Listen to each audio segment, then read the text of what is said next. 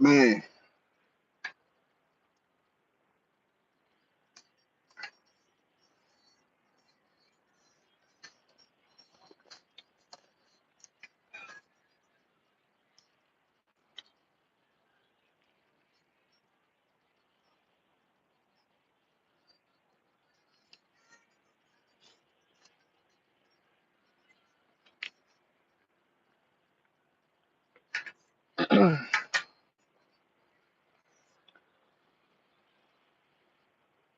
running late, running late.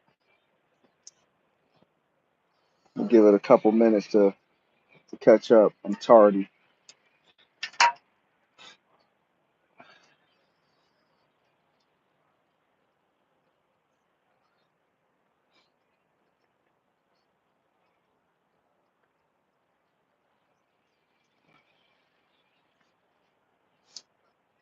I'm tardy. I'm tardy.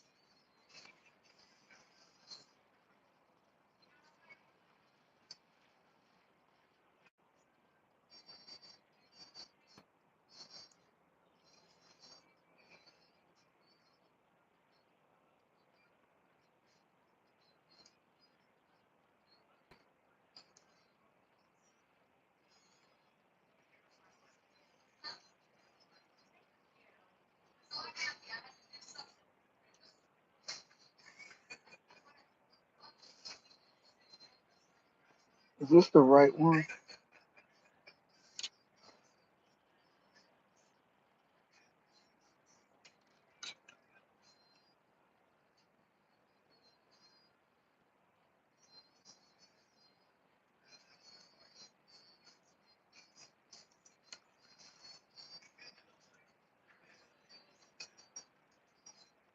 Oh man, I'm tripping.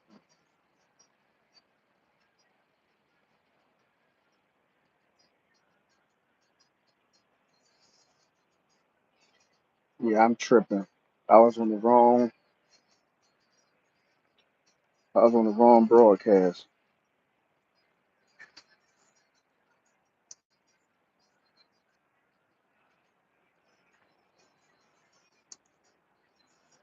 Yeah, I got. Give it a second for people to get in here. Give it a sec. Give it a sec. Give it a sec.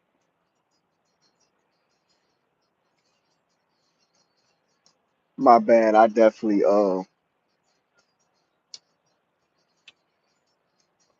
I'm a little late, and I ain't been here in a couple weeks, so people probably think I ain't going to do a show tonight.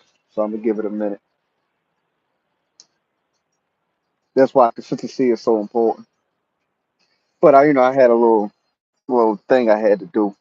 Had a little surgery on my elbow,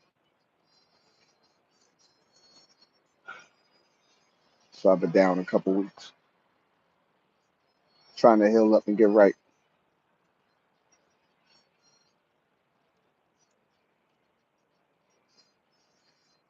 Oh, trying to heal up and get right.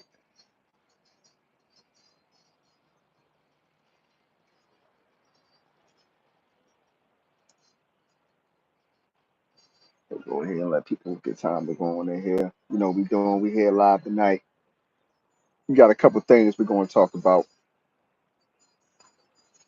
Do me a favor when you come in, like the feed, like the live on your way in.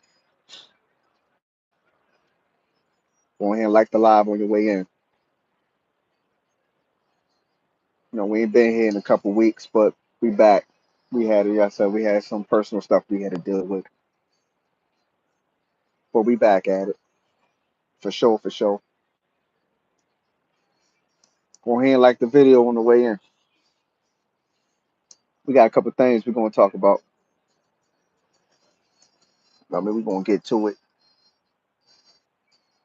go ahead and have a little conversation. See what's hitting for out here. Playing catch up. Definitely playing catch up.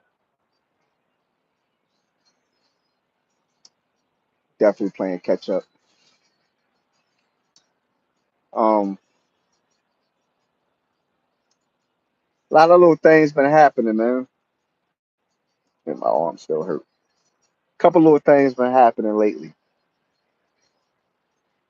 You know what I mean? Couple little things been happening. It's a little weird. It's a little complicated to figure out at times, but it is what it is. You know what I mean? But we're gonna have a conversation. We're gonna chop it up a little bit for a few ticks, and we're gonna be back next week.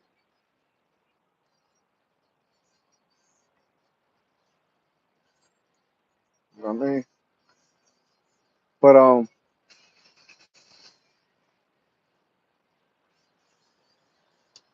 there's a couple of things we're gonna talk about. Trying to see some people gonna come in here, so I ain't just talking to myself. But I'm gonna get started in a second because YouTube gonna get the replay. So, well, Facebook get the replay too. But we're gonna give it a couple seconds. One thing I can't talk about right now, why nobody, I mean, people will catch up. So I got asked last week, um, that I watched the debate, the presidential debate last week. I think it was like last Tuesday or Wednesday or something like that. Negative. I don't really care about that kind of stuff, man. Because you got a bunch of people, if they're pandering, jockeying for position, saying what they're going to do, what they're not going to do. And nobody know what somebody truly going to do until they take the office or what they're allowed to do. The key part is what they're allowed to do. Like the video on the way in. Do me a favor, like the video on the way in. You know what I mean? Like people don't know um, what people going to do when they get elected to office. Um, I be seeing people talk about intelligent voting and all these fancy little sayings they came up with. Voting intelligence, intelligence voting, whatever. Educational voting, whatever cool phrases people think of. My thing with it is that you don't know what somebody going to do. If it's their first time, you voting for them for the first time, you don't know what they truly going to do, and you darn sure don't know what they truly going to be allowed to do. So it's really no bearing on the voters. Now, when it becomes a bearing on the voters, and I said this a long time ago, and I said it many, many times over. My problem with the voters is that people lie to y'all, blatantly lie. It's not even about what they're not allowed to do. They get in there, their agendas change because they started aligning themselves with the ideologies of the party, um, or their constituents, or whatever the case may be, right?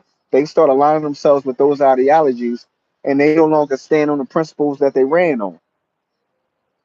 You know what I mean? So it's just to me, it's a bunch of pandering. People say what they're going to say. They're going to say people going to talk about education. They're going to talk about healthcare. They're going to talk about especially depending on where you live at, uh, the voting jurisdiction. That's a heavy topic. Um, what's another key one? The voting, the education, the healthcare. Um, Planned Parenthood is major right now, right? Planned Parenthood definitely major. So people going to hit on these hot key topics, man, that they know that people are going to be emotionally invested in. Understand what I'm saying? And it's all good before they get in office. They're going to tell y'all, no, we going to, I'm going to make this happen. I'm going to make that happen. You ain't making nothing happen by yourself. And I ain't saying like some of them legitimately get on that floor and they try to vote and they scream until they out of breath, until they go hoarse and all that. That's a fact, right? But for the most part, people don't stand on. As soon they get voted in office, they get taken in that room, and people are like, yeah, yeah, yeah, that's what you told them, but this is what we doing over here. That, you know what I'm saying? Or they just get in there and they constituents guide their votes. They constituents guide their policies. I mean, money. I mean, people gotta understand economics drive policy. I keep saying this. Ain't nothing dealing with nothing broke going to the table. When I mean broke, I'm talking about money. They don't care about broke people, man, or poor people. They don't care. Only thing they care about is what they don't care about building that community center or improving the public school education system. None of that bring return on investments today. None of that puts more dividends in their pockets today. And then I'm a firm believer that certain zip codes and demographics they're not trying to uplift because it changes the status quo. Like let's keep it a buck. Like we're gonna talk, let's talk. We're gonna talk, let's talk. Some of these things it's not in their best interest to change or ratify, correct, improve, whatever word you want to use. Whatever words you want to use right now. It's not in their best interest to do none of this. So why would they do it? How do they gain? How can they honestly look and say they gain by improving the public school systems in the inner city? What do they gain? We're going to keep it a buck. Like the video on the way in for me. Like the video on the way in for me. You know what I'm saying? Like what do they gain? What do they gain by improving the public school system in the city? Somebody tell me what they gain. What does the power that be gain by improving that? What do the powers that be gain by building that community center that's going to give kids an outlet to get off the streets, to get off the corners, and to curb some of this black on black, inner city black and black, brown on brown, brown on black, whatever the case may be. Inner city gun violence, that's a epidemic. That's been an epidemic forever. We're talking decades worth of epidemic. How do they gain by fixing that? What do they gain? If somebody can answer me that question, then I'll change my perspective. But nothing's gained from that, man. If anything, it takes people out of the prison system, to curb gun violence, the drug trafficking, drug sale problems, whatever the case may be. It would bankrupt the criminal justice system, which would effectively bankrupt America. I'm just telling you all facts, man. I'm just telling you all facts. If you fix the criminal element of this country and you get it on par with um the world averages,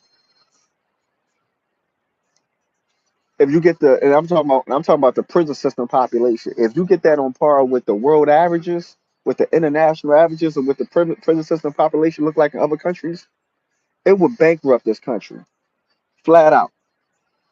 Do me a favor, like the video on the way in. You know how much that the criminal justice system is like a $1 trillion industry. Because you got to remember, one thing feeds the next thing.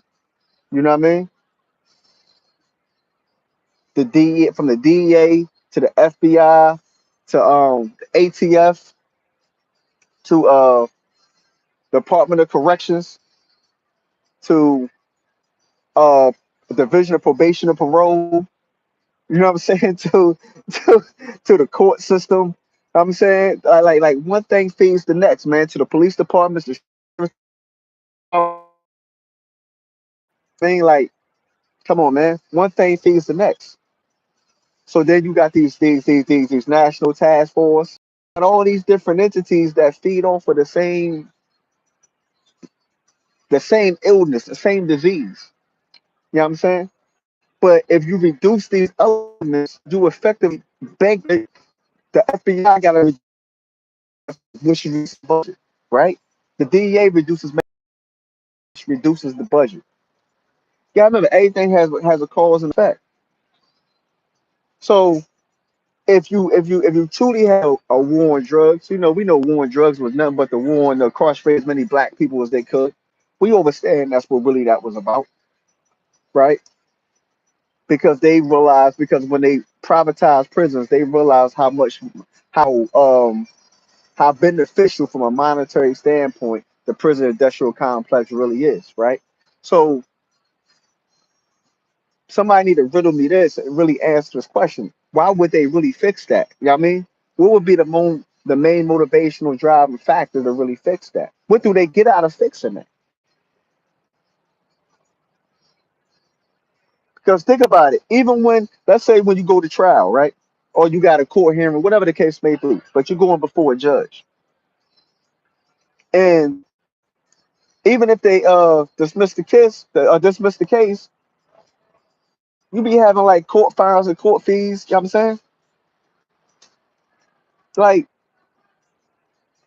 if you walk out of that joint with a slap on the wrist, let's say, all right, you still got to pay court fines, you still got to pay court fees, even if they reduce the charges on you. I think when you dismiss it, you don't pay nothing. But when you go in there and they that's it. When you go in there and they reduce the charges, but not even like fully convict you or roof you, but just reduce the charges pretty much. The least you leaving out of this with a fine and court fees. So either way, the court getting that paper, which feeds that system. That system got to eat, man. So why? So what do I care about watching a presidential debate? That's what the whole premise and point of this dissertation is. What do I really care about watching a presidential debate when none of them are going to cure that ill? You know what I'm saying? None of them are going to cure that ill. None of them is going to stop that system from being rigged. From you go to court, they give you probation.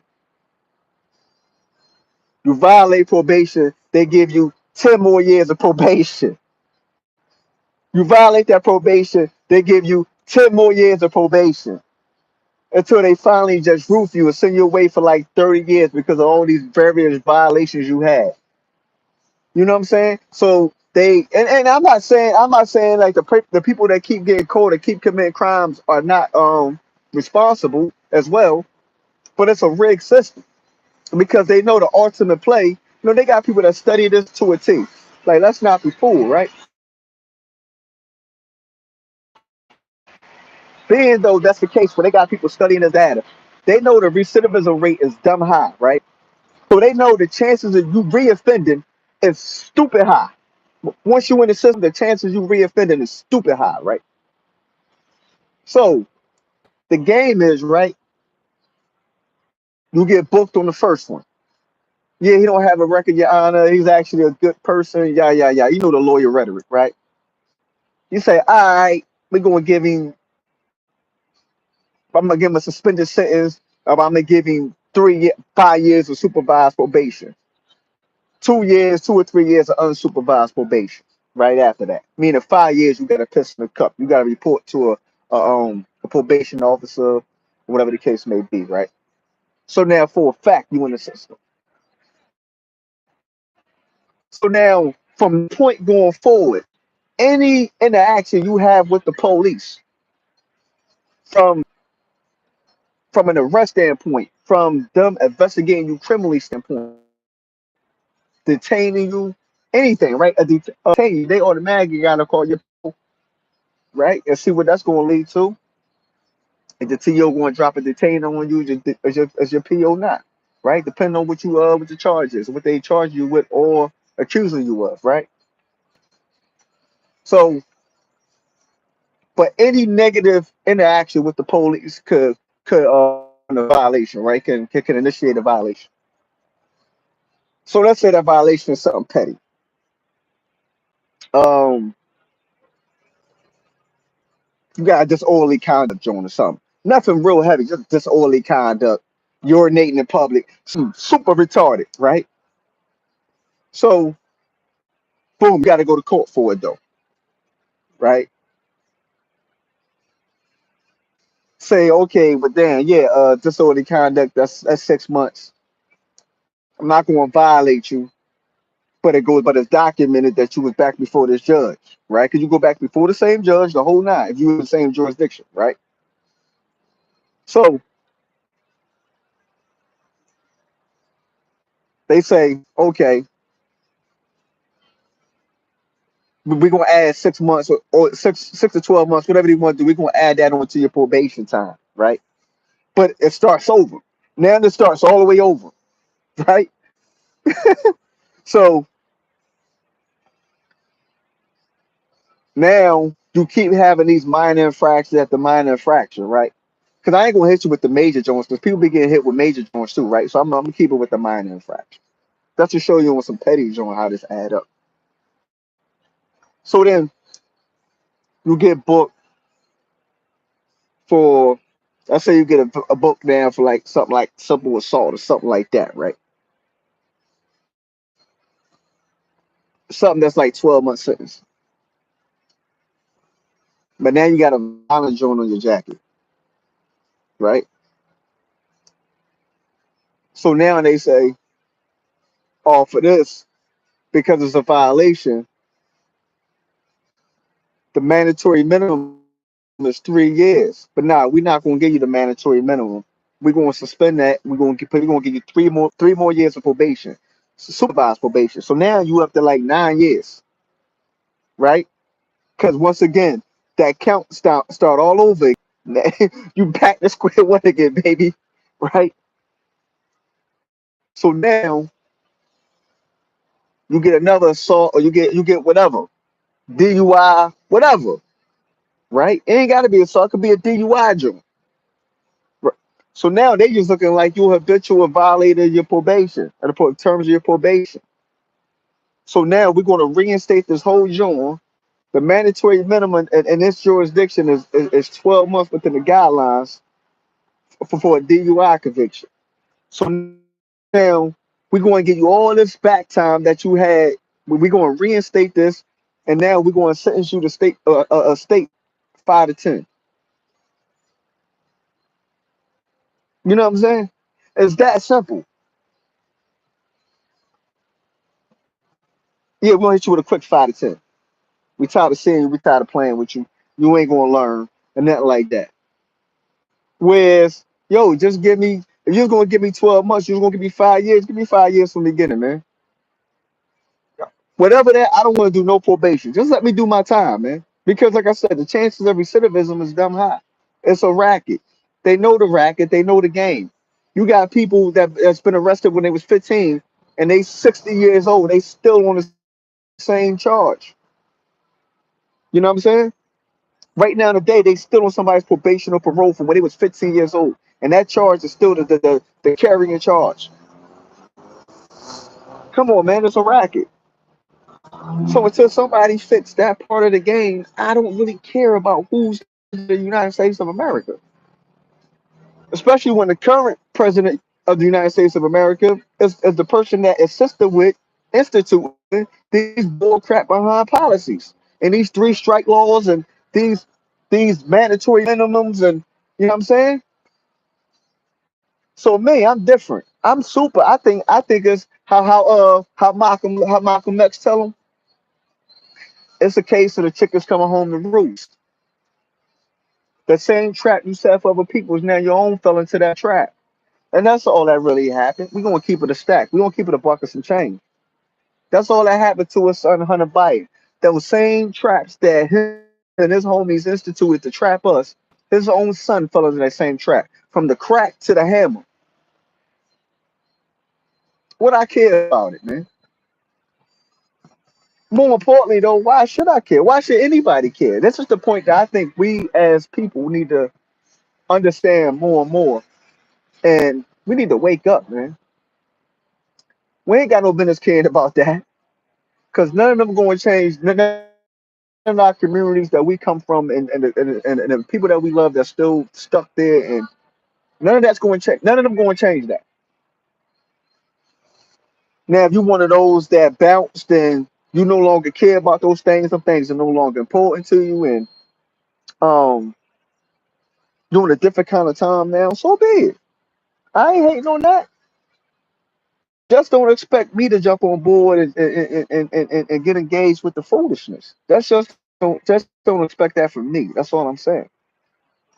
So no, I don't care. I don't care to watch no presidential debate. I don't care to hear people go back and forth jockeying for position and jockeying to see who going to tell the biggest lie to America. I don't really care about that. 'Cause at the end of the day, that's all that really is. You got people still in bars and reciting what other people don't say during their debates and presidential speeches, and man, this whole joint weird. You got a dude that's been indicted more than a lot of people you know. Like you got a kid that been indicted more than people you know, getting hit with Ricos, and you know what I'm saying? Like, man, ain't none of them people in order, man. You got another dude that think is bright to that believes that Black history ain't really important. I mean, ain't no way to say it, and it's important, but it got to be on my terms of the way I see it. You know what I mean? The same dude is fighting a company that built, well, rebuilt the state. Well, no, I can say built the state because the cocaine only built Miami. It didn't build the whole state. Cocaine built Miami. But Central Florida, we all know Disney built Central Florida. So you fighting a company that the only reason why people if they not going to South Beach, they going to Orlando. That's the only real reason people go to Florida. That's called a spade a spade. But you got people like me that cigar lovers that go to Tampa. That's like America. That's like America's capital for cigars. You know what I mean? But the average Joe ain't going there for that. The average Joe coming here for Disney. The average Joe is coming here to like I said, go to Miami. They going to South Beach. You know what I mean? You know what I mean? So this idiot think it's a good job to tack on a company unnecessarily that really built your state. Miami, really, when you look at it in the grand scope, Miami is a small part of Florida. You know what I'm saying? But the real reason why families, where the real money is spent, with them crazy hotel fees, those crazy Disney packages, and those crazy, I mean, how much it costs to eat and all that. Come on, man. The real reason is Disney.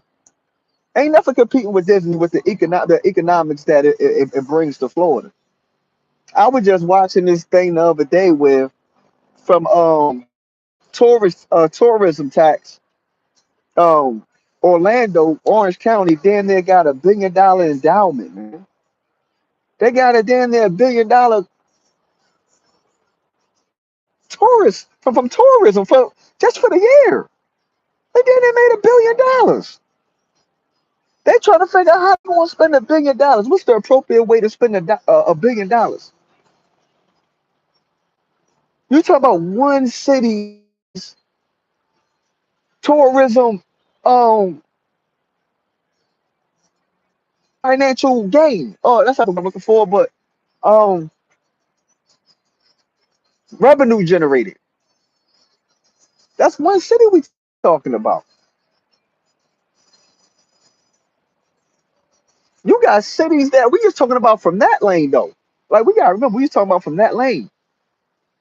We not talking about however else they may make generate revenue. We just talking about singular with tourism tax. We just talking about tourism tax. They made damn near Billy, man. You got cities that can't. You got major cities that can't generate $1 billion no matter what they do in totality. They generate just off of tourism. Come on, man, cut it out, man. Cut it out, man. You know what I'm saying? So, you know what I mean? Like, ain't none of these candidates to me like super duper bright. None of them. So, why would we really be vested in that? Like, you know what I'm saying? Why would we really take the time to be vested to sit back and look at political theater? Because that's all it is. It's political theater. It's Broadway. That's all it is.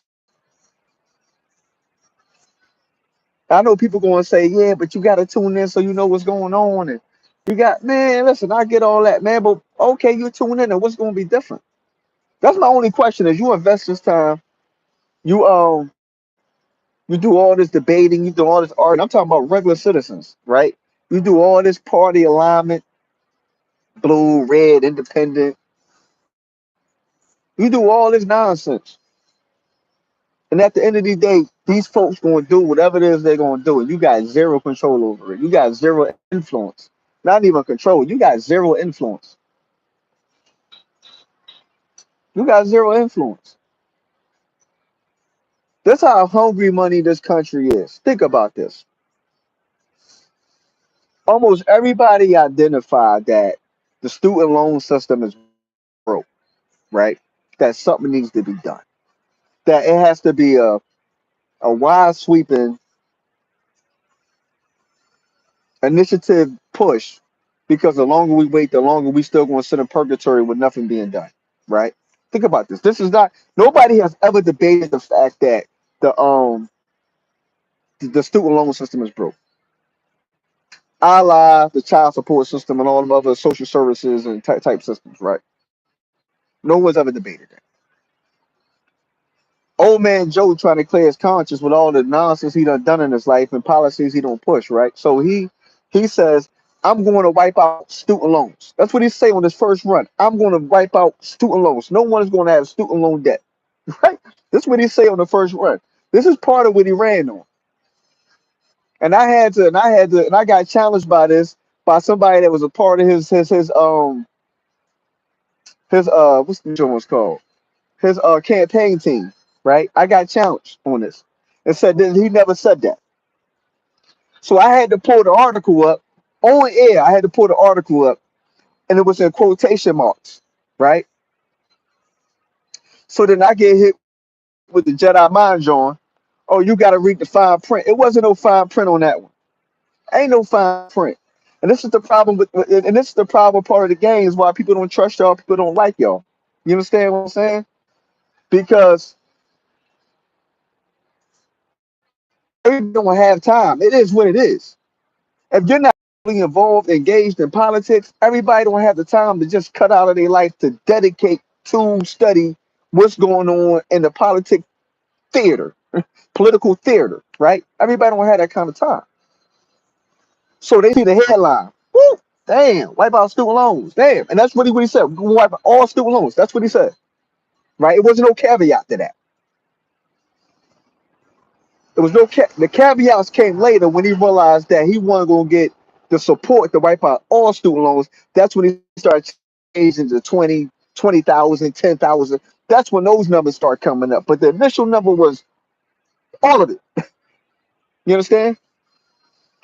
So when that don't work, so my point behind that is that so even when it got down to 20,000 and 10,000, he had no support to push that legislation through to pass that.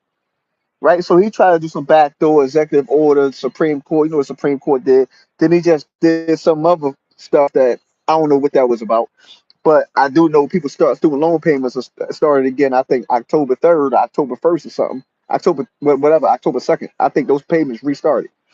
But my point is that everybody realized the harm that student loans have done, and supposedly the most wealthy economy on the face of the planet can't find a way to give relief to people who is in student loan debt, who are struggling financially because they actually pay their student loans. You understand what I'm saying? So the American economy, the powers that be in American government or whatever the case may, they can't figure out a way to aid and assist those people who are battling student loan debt, and it's messing with the poverty lines. And now maybe because you figure the cost of living on one up on everything, a gallon of milk costs $50. You know what I'm saying? So it's not the fact that people are just wasteful, and that's the American dream that y'all push. Y'all push graduate from high school, graduate from college, go work for student America, or go work for corporate America. That's the American dream. That's the narrative that they push as being the American dream. Buy a house, white picket fence, wife, couple kids, and a dog. right? That's the American dream. That's what they push. But the cost of you getting there is really outside of the average person's reach. We just going to call a spade a spade. We're going to keep it a buck. We're going to keep it official like tissue. You heard? Like, none of that makes sense to me. So people go in debt to chase the roadmap that y'all set and said, this is how you achieve the American dream. These are the steps you need to take. Well, I took these steps and all I got is a nightmare because I'm in debt and I'm in financial hardships and I don't know how to feed myself or feed my family if I got one.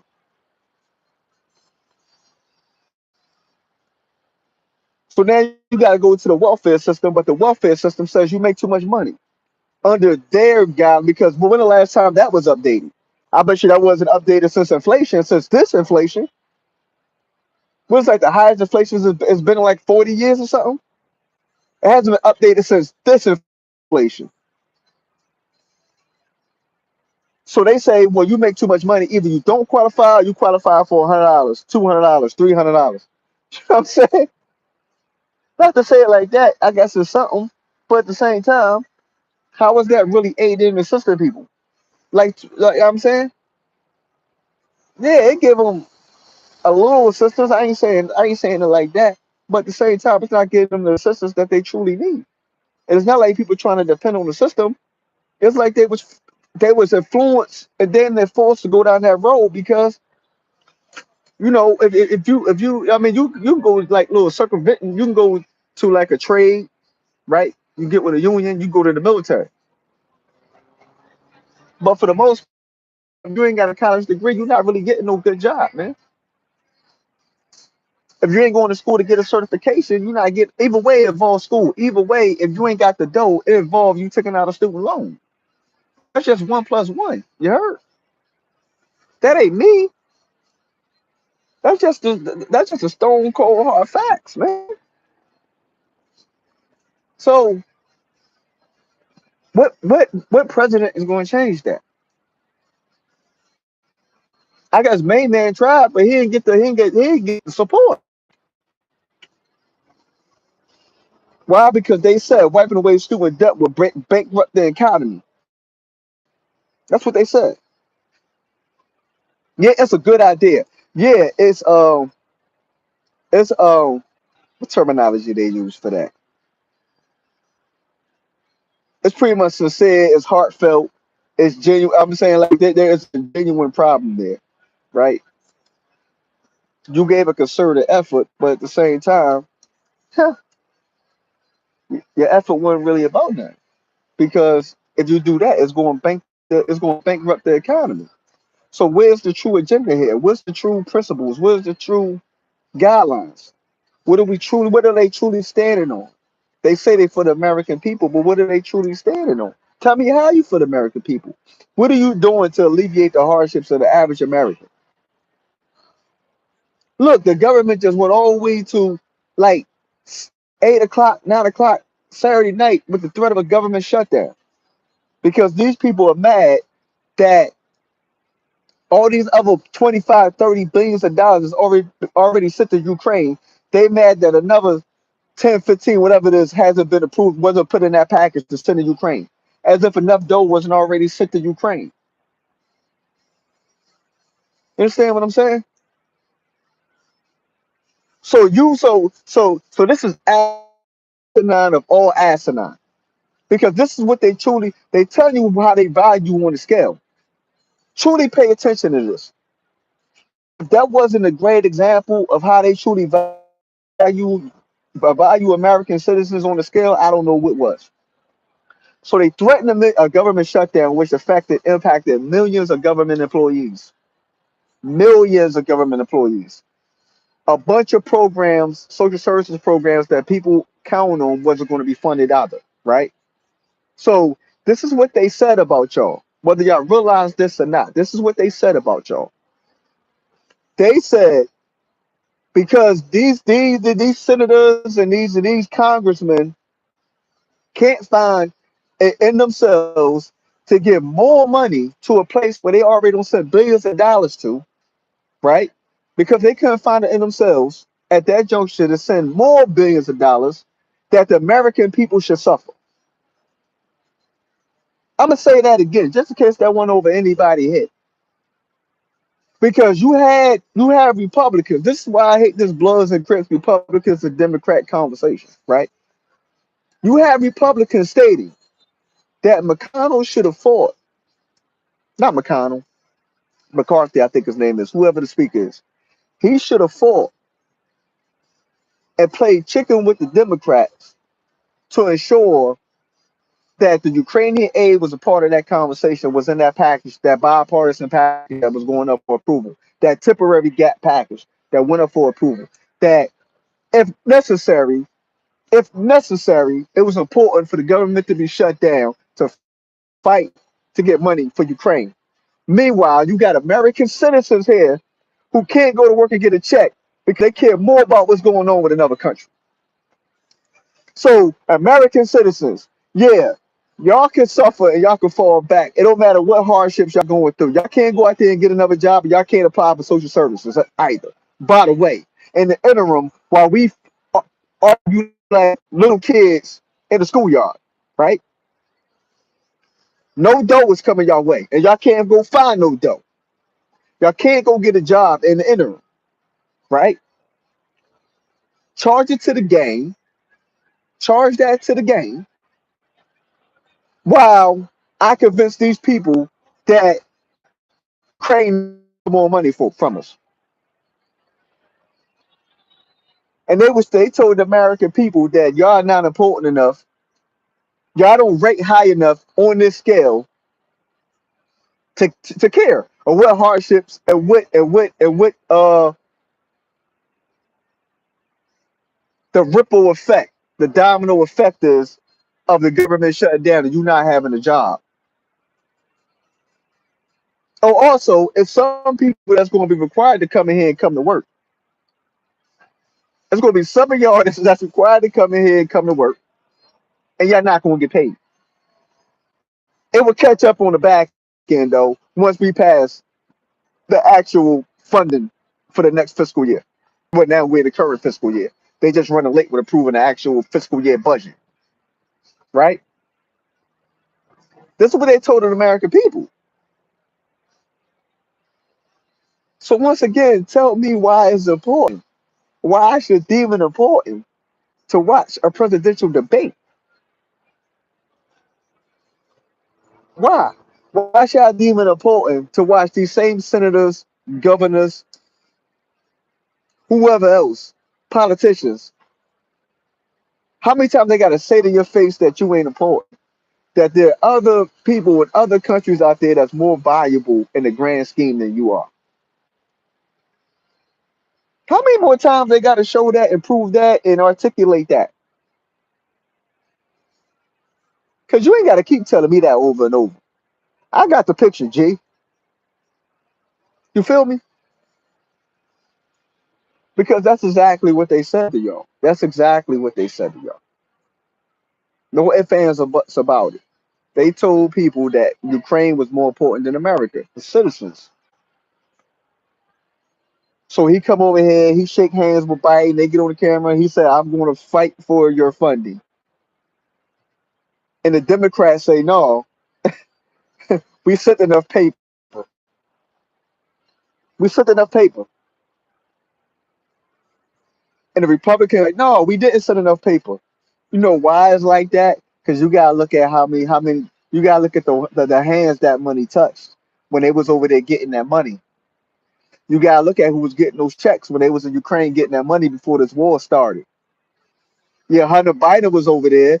That's why Joe Biden felt obligated with his man to help them with financial funding because his son and that team, his son was just a figurehead.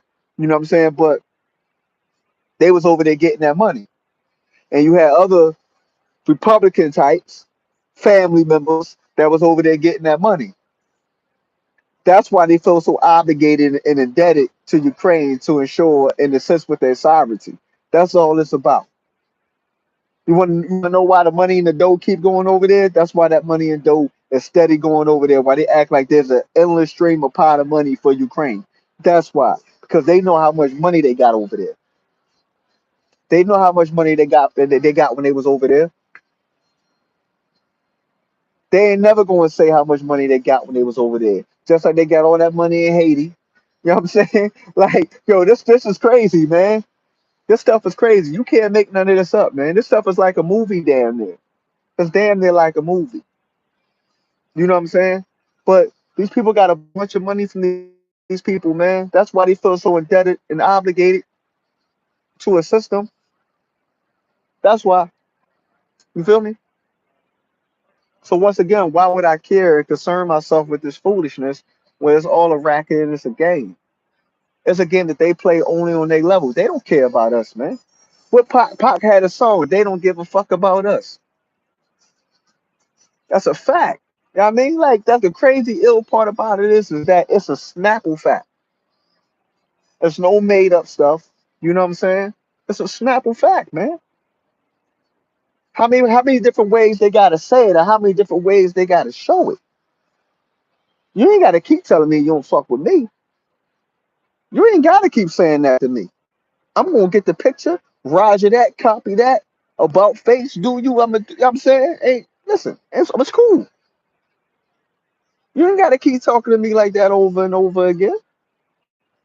Negative. Negative. You ain't gotta keep talking to me like that over and over again. I got the picture, G. You don't fuck with me like that, okay? All right.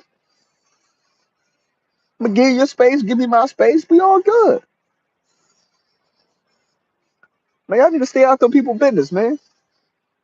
Stay out them people business, man. The average person that go in there and push that button or pull that ballot or fill that ballot out, put it in the box, man, they ain't for you. That ain't for you, man. That ain't for you, man. If you ain't got American flag on your lapel or you know what I'm saying?